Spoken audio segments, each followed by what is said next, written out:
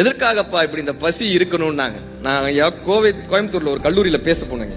அங்க பிரின்சிபல், அந்த கல்லூரியினுடைய முதல்வர் அவர்கள் ஒரு வார்த்தை சொன்னார்.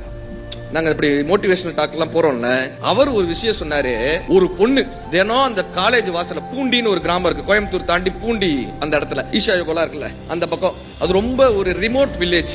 அந்த இடத்துல பிரின்சிபல் சொல்றாரு, ஒரு பொண்ணுங்க தினம் அந்த காலேஜ் வாசல்ல இப்படி நிப்பாங்களாம். வாசல்ல நிக்கிறது, அழுக்கு சட்டை அழுக்கு பாவாடை கட்டிட்டு அப்படி வாசல்ல நிக்கிறது. 20 நாள் தினம் நின்றுருக்காங்க. இந்த வாட்ச்மேன் அந்த பொண்ணு கிட்ட கேக்குறாரு, எதுக்குமா இங்க நிக்கிற தினம், ஏன் இங்க தினம் நிக்கிறாரு? அந்த பொண்ணோட வார்த்தை, எனக்கு இந்த காலேஜ்ல படிக்கணும்னு ஆசைங்க, காசு இல்ல, அதனால இந்த காலேஜுக்கு போறாங்கல்ல பசங்க எல்லாம் உள்ள போறாங்கல்ல, அவங்கள பாக்குறதுக்கு எனக்கு சந்தோஷமா இருக்கு, அவங்கள பார்த்து நான் திருப்தி அடைஞ்சுக்கிறேன்.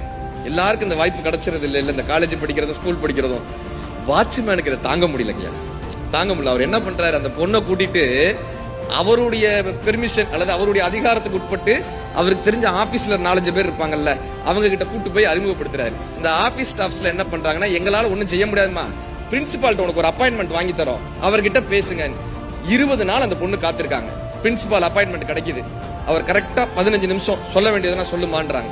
அந்த பொண்ணு போய் மார்க் ஷீட்லாம் எடுத்துட்டு போறாங்க, 12th மார்க் ஷீட்லாம் எடுத்துட்டு போறாங்க. 85% வாங்கியிருக்காங்க 12th மார்க் ஷீட்லாம் எடுத்துட்டு போறாங்க.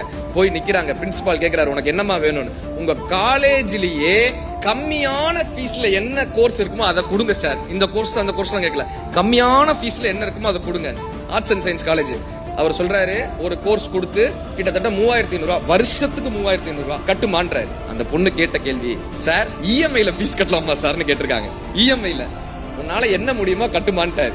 100 ரூபா. பிரின்சிபல் சொல்றாரு, 100 ரூபா, 200 ரூபா, 300 ரூபான்னு முதல் வருஷம் 3500 ரூபாய் அந்த பொண்ணு கட்டிட்டாங்க. 2வது வருஷம் 2500 ரூபாய் அதை ஒன்று கட்டியிருக்காங்க.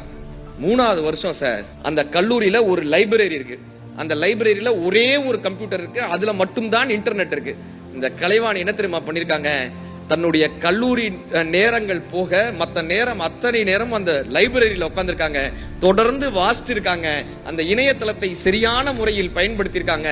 3வது வருடத்தில் அந்த IBM நடத்திய அந்த ஆஃப் கேம்பஸ்ல கிட்டத்தட்ட 4000 பேர் பங்கேற்ற அந்த ஆஃப் கேம்பஸ்ல அந்த கல்லூரியிலேயே இந்த கலைவாணி என்கிற இந்த பெண், சுள்ளி பிறக்கிற பெண் மட்டும்தான் செலக்ட் ஆயிருக்காங்க. இன்னைக்கு சிங்கப்பூர்ல நம்ம ஊர் காசுக்கு கிட்டத்தட்ட மாதம் 3.5 லட்சம் ரூபாய் சம்பாதிக்கக்கூடிய பெண்ணாக அந்த பெண் உயர்ந்து நிக்கிறாங்க.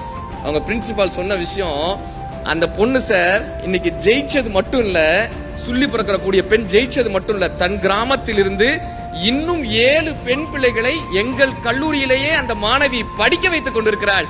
இதுதான் அவளுடைய வெற்றியினர்.